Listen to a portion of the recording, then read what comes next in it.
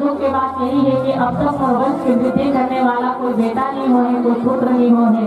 और यही समस्या के समाधान के लिए मैं आपके पास में आए हूँ कि अब तक भगवान अपन वचन के पूर्ति करे खातिर अर्थात वो पुत्र के रूप में काबन लिए। गुरु वशिष्ठ जी महाराज कहे कि सुनो राजा, धर्म धीर हुई है सोत चारी, त्रिभुवन विदित भगत भय हारी। ये राजन इतना दिन तक धैर्य धारण करे, वो थोड़ा सा और धैर्य से, क्योंकि धैर्य के जो फल होते वो बड़ा ही मीठा होते। और ये बिल्कुल सत्य बात है। संत जन अगर ये बात ना कहे तो कोई गलत नहीं कहे, क्योंकि धैर्य के फल सच में बहुत मीठा होते। और एक प्रत्यक्ष उदाहरण है श्रीमद् रामचरितमानस में भगवान श्री राम की भक्ति हुई माता सबरी जी। और सबरी जी के बारे में आप सब जानते हो, का नाम ही है सबरी, जेकर जीवन में सब्र कूट कूट के भरे हुए हो, वही सबरी है।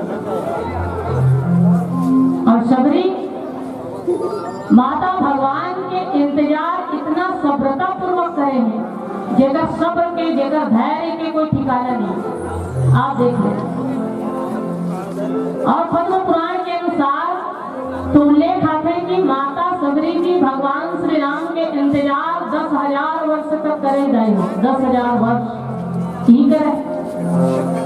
हमका को 10 मिनट इंतजार करता तो क्रोध से आग बबूला हो जाता कि 10 मिनट हो गए अब तक नहीं आए, कब इंतजार।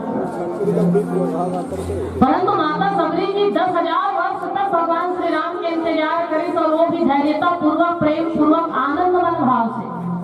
और माता सबरी के सब्र के, धैर्य के फल का हुई जानते हो। माता सबरी के धैर्य के, सब्रता के फल यही हुई कि माता सबरी ला भगवान राम तक जाए भर नहीं लागी, बल्कि भगवान श्री रामचंद्र जी स्वयं सबरी मैया तक चल गए। ये सब्र के फल। इसलिए गुरु वशिष्ठ जी महाराज राजा दशरथ जी से कहे कि धरो धीर हुई है सुचार। थोड़ा सा धैर्य धारण करो, इतना दिन तक धैर्य धरे हो, थोड़ा सा आने को भविष्य देख के कहा था राजन कि आप एक पुत्र के पिता नहीं, 4 पुत्र के पिता बने के सौभाग्य प्राप्त करो। 4 पुत्र के पिता, एक धर्मवीर वही है सुचारी। आपके 4 जन बेटा हुई थी, भविष्य देख के मैं कहा तो कैसे। और वशिष्ठ जी महाराज भविष्य वक्ता मुनि है, इसीलिए श्रीमद् रामचरितमानस में वशिष्ठ जी का भविष्य विशेषज्ञ मुनि कहे जाते हैं। भविष्य की जानकारी रखने वाला। आपके जीवन में भविष्य में कौन से अच्छा काम होगी, कौन से बुरा काम होगी, आपके साथ कौन सी दुर्घटना होगी, कौन से घटना घटी, ये सब जानकारी पहले से रखने वाला। और सिर्फ जानकारी ही नहीं, वो लोग मेटे के भी क्षमता रखे। अगर आपके जीवन में आगे चल के कोई दुर्घटना होने वाला है तो वो दुर्घटना मिटाए की भी क्षमता रखे भगवान वशिष्ठ जी महाराज। इसलिए वशिष्ठ जी ना भविष्य विशेषज्ञ मुनि कहे जाते हैं, जो भविष्य के बारे में जानकारी रखे और मिटाने का भी क्षमता रखे। तो वशिष्ठ जी कहे कि मैं भविष्य में देख के कहा तो राजन आपके एक नहीं 4 जन बेटा होगी। और कैसे बेटा होगी जानते हो आप? त्रिभुवन विदित भगत भय हारी, जेकर यश तीनों लोक में फैल ही गए। अब देखो मनुष्य के जो यश है, जो ख्याति है, जो उपलब्धि है, वो 2 नाम से ही फैलते है ना। संसार में कोई भी व्यक्ति की ख्याति, कोई भी व्यक्ति की उपलब्धि 2 कारण से ही फैलती। प्रथम, या तो वो अच्छा आदमी है कहीं, या तो बुरा आदमी है। दुनिया में 2 ही नाम से जानते हैं कि ये अच्छा आदमी है या ये बुरा आदमी है। जैसे उदाहरण में देख लो कि रावण भी विश्व विदित है। तो ये संसार में मनुष्य की उपलब्धि 2 ही कारण से होती, या तो वो अच्छा आदमी है कहीं, या तो वो बुरा आदमी है कहीं। वशिष्ठ जी महाराज ने कि राजन आपके 4 जन बेटा होगी। और ये चारों बेटा कैसे होगी जानते हो आप? ये चारों बेटा मन ये संसार में बुरा नाम से नहीं, अच्छा कर्म के कारण ये संसार में विदित होगी। और एक यश जो है तीनों लोक में फैली। और कौन से नाम से? तो भक्त के भय के हरण करने वाला, प्राणी मात्र के जीवन के कल्याण करने वाला और समस्त सचराचर के, समस्त समाज के रक्षा करने वाला के नाम से ये संसार में विदित होगी। ऐसे यशस्वी, ऐसे कीर्तिवान, चरित्रवान आपके 4 पुत्र होंगे। कितना सुंदर बात वशिष्ठ जी महाराज होते।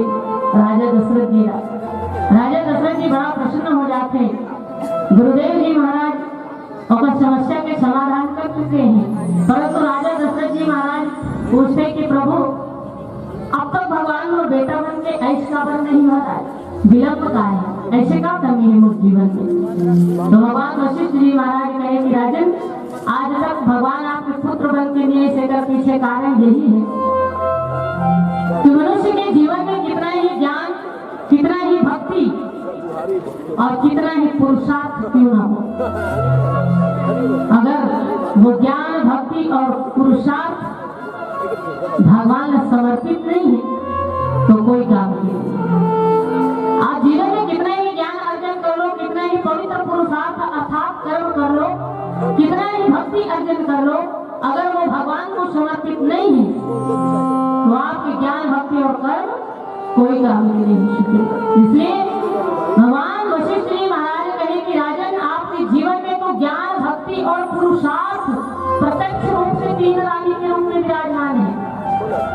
वेद में विदित है, ज्ञान शक्ति से कौशल्या, सुमित्रो उपासनात्मिका, क्रिया शक्ति से केकई, वेदो दशरथो नृपा। आप तो साक्षात वेद के स्वरूप हो, ज्ञान के स्वरूप माता कौशल्या है, भक्ति अर्थात उपासना के स्वरूप माता सुमित्रा है, और पुरुषार्थ मतलब कर्म के स्वरूप, क्रिया के स्वरूप माता कैकेयी। तो ज्ञान, भक्ति और क्रिया ये तो तीनों रानी है। और ऐसे तीनों रानी जो प्रत्यक्ष रूप में आपके जीवन में है, और ये तीनों के द्वारा जब आप पवित्र भाव से अपन ज्ञान, भक्ति और पुरुषार्थ ला योग की अग्नि में तपा दी, और जब योग की अग्नि में ज्ञान, भक्ति और पुरुषार्थ ला तपहु तो आपके जीवन में विशुद्ध अनुराग की उत्पत्ति होगी, और जिन अनुराग से द्रवित होकर के भगवान आपके पुत्र बन के आपके जीवन में आए। भगवान आपके बेटा बन के ही बशर्ते आप अपन जीवन के ज्ञान, भक्ति और पुरुषार्थ ला योग की अग्नि में तपाना पड़ी, तब कहीं जाकर के भगवान आपके बेटा बन के ही। परंतु आप सबसे एक सवाल करना चाहता हूँ मैं, आप सब में से कौन चाहता हो कि भगवान वो बेटा बन के आए? हाथ उठाओ भैया। कौन चाहता हो कि भगवान और बेटा बन के आए? क्या बात। और भैया हाथ उठाए, प्रणाम है आपके भाव ला। क्या भगवान या बेटा बनाना चाहते हो? बहुत सुंदर भाव है आपका। परंतु भैया भगवान अगर बेटा बनाना है तो एक शर्त के पालन करना पड़ेगा आपको। और बिल्कुल आपके बेटा भगवान बने, परंतु एक शर्त पालन करना पड़ेगा। तैयार है? अच्छा तैयार है भैया। देखो, भगवान अगर बेटा बनाना है तो आप लोग सबसे पहले 3 रानी रखना पड़ेगा, 3 जग पत्नी रखना पड़ेगा, है ना? हासिल का बात है, सही बात तो बोलो। ये 3 रानी कौन है? तो व्यवहार की दृष्टि से मत जाओ, अध्यात्म की दृष्टि से देखो। जेकर जीवन में ये 3 रानी हो रही, ओकर जीवन में भगवान राम ला आए से कोनो नहीं रोक सकेगा। और ये 3 रानी कौन है जानते हो? ज्ञान, भक्ति और कर्म। पवित्र भक्ति, पवित्र ज्ञान, पवित्र कर्म। राजा दशरथ के 3 रानी, माता कौशल्या पवित्र ज्ञान, माता सुमित्रा पवित्र भक्ति, माता कैकेयी पवित्र कर्म। और ऐसे पवित्र ज्ञान, पवित्र भक्ति, पवित्र कर्म जिन व्यक्ति के जीवन में हो, ऐसे व्यक्ति के जीवन में भगवान बेटा बन के आते। और आपके जीवन में जिन दिन ये 3 रानी आ जाए, सत्य कहा था, आपके बेटा बने से भगवान को कोई नहीं रोक सकता। न सत्य आपके जीवन में ये 3 स्त्री होना चाहिए, ये 3 रानी होना चाहिए। लोग कहते हैं भगवान आते नहीं, लोग कहते हैं भगवान आते नहीं, कोई माता मीरा की तरह बुलाती नहीं। लोग कहते हैं भगवान खाते नहीं, लोग कहते हैं भगवान खाते नहीं, पर कोई माता सबरी की तरह खिलाते नहीं, कोई माता सबरी की तरह खिलाते नहीं। लोग कहते हैं भगवान सोते नहीं, लोग कहते हैं भगवान सोते नहीं, पर कोई माता यशोदा और माँ कौशल्या की तरह सुलाते नहीं, कोई माता यशोदा और माँ कौशल्या की तरह सुलाते नहीं। सज्जनों, भगवान हम सबके जीवन में यही, जिस दिन हम सबके जीवन में माता मीरा की तरह, माता सबरी की तरह, माता कौशल्या और माता यशोदा की तरह भाव निर्मित हो जाए, भगवान हम सबके जीवन में यही बिल्कुल है, काबर में बसंते आप सबके जीवन में ये भाव तो निर्मित हो। और भगवान को कहते का कि तो मेरे मार्ग पे कदम रखकर तो देख, तेरे सब मार्ग ना खोल दूं तो कहना। तू मेरे मार्ग में कदम रखकर तो देख, तेरे सब मार्ग ना खोल दूं तो कहना। तू मेरे चरित्र का चिंतन करके तो देख, तुझे चरित्रवान न बना दूं तो कहना। तू मेरे चरित्र का चिंतन करके तो देख, तुझे चरित्रवान न बना दूं तो कहना। तू मेरे कथा का गुणानुवाद करके तो देख, तेरे जीवन में आनंद के भाव न भर दूं तो कहना। तेरे जीवन में आनंद का भाव न भर दूं तो कहना।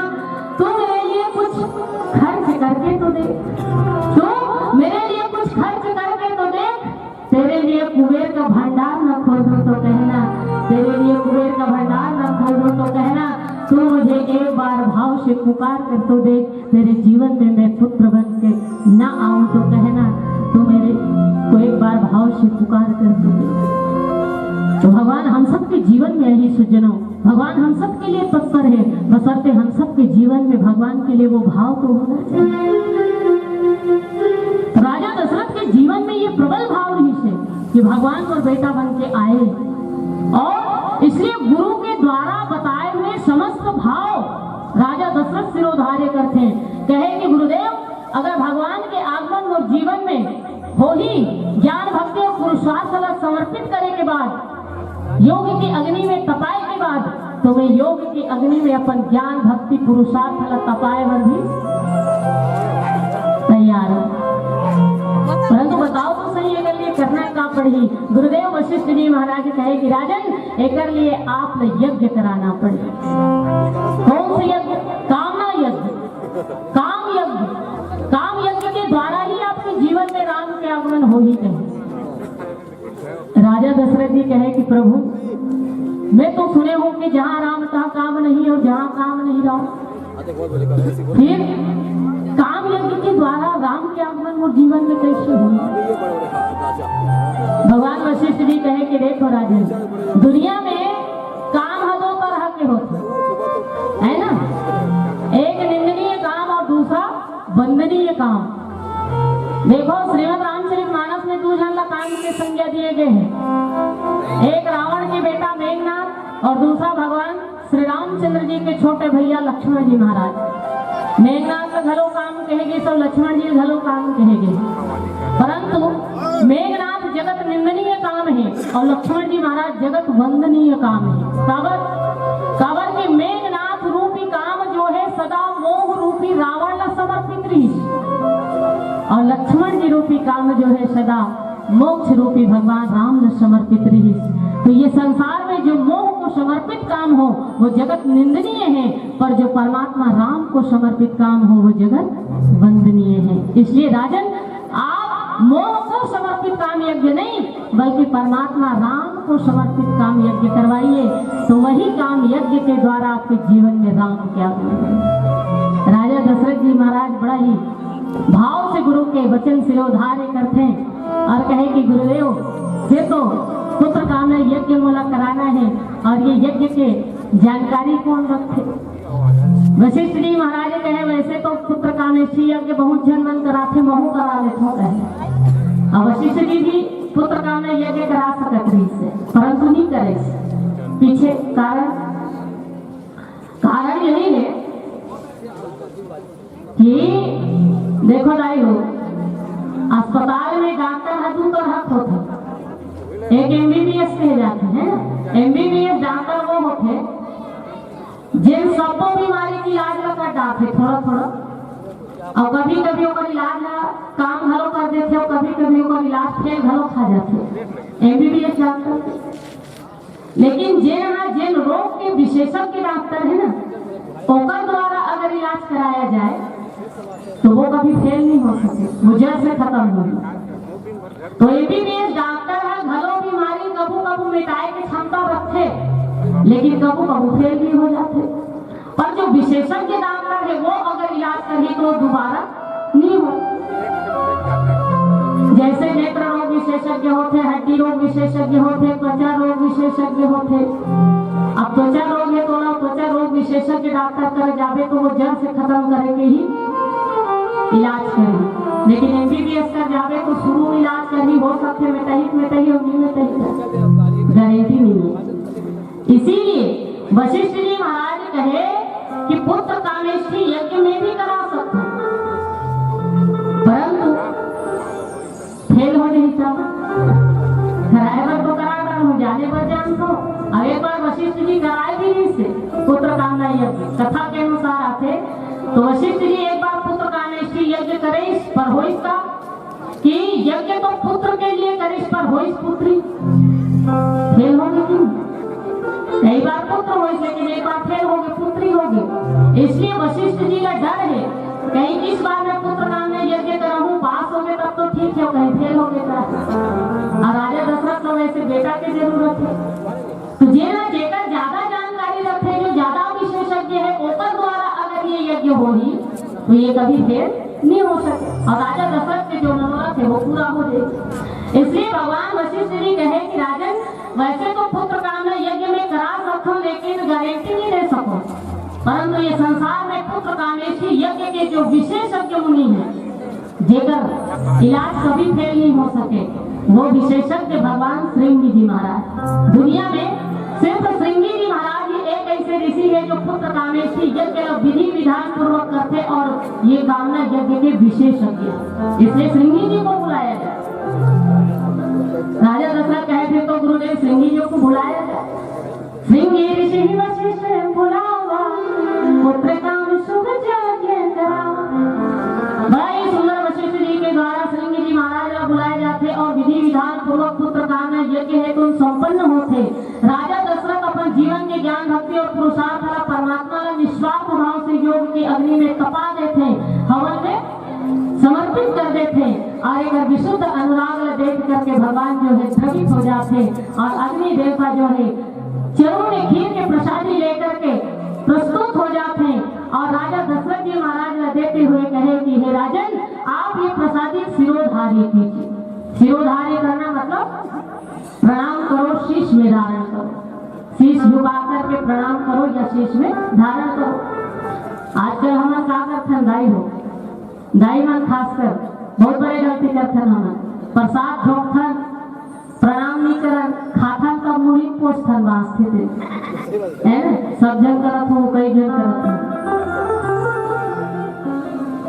तो मैं बताना चाहता हूँ प्रसाद ला खाए बाद मुड़ी नहीं पोछना है, पहले मुड़ी में सिरोधार्य करना है, प्रणाम करना है, फिर खाना है। और हम गलत करथन, खा लेथन तब वास्ते से झूठा प्रसाद में मुड़ी डालथन। ये सही प्रक्रिया नहीं, गलत प्रक्रिया है ना। सिरोधार्य करना मतलब भगवान के प्रसादी का विनम्रता पूर्वक शीश झुका करके प्रणाम करना, फिर ग्रहण करना, तो प्रसादी के महत्व है। आगे झूठा कुछ काला भूमि, इसलिए इसे नहीं करना है, आज की बात है ना। तो अग्नि भगवान जो है राजा दशरथ से कहे कि हे राजन आप ये प्रसादी सिरोधार्य करो, सिर झुका करके प्रणाम करो और फिर यही प्रसादी यथा योग्य तीनों रानी में बांट देना। और जब ये प्रसादी ग्रहण करनी तीनों रानी तो आपके जीवन में पुत्र लाभ की प्राप्ति होगी। भगवान दशरथ जी वही करे, भगवान अग्नि जी के द्वारा दिए हुए चरु के में प्रसादी लेकर के सिर में धारण करके अयोध्या में जाते और अयोध्या में जाकर के तीनों रानी में यथा योग्य प्रसादी का बांट देते। और जैसे ही तीनों रानी प्रसादी ग्रहण करते, तीनों रानी के गर्भ स्थिर होते, तीनों रानी गर्भ धारण करते और बड़ा ही सुंदर जीवन जो है मंगलमय भाव से कुछ काल जो है बीतते। और तब वो सुंदर पल आते जब भगवान श्री रामचंद्र जी के आगमन तीनों भैया के साथ ये संसार में होते। और ये कथा आगे चर्चा करबो और पहले सुंदर से भजन बोलो श्यावर रामचंद्र की जय।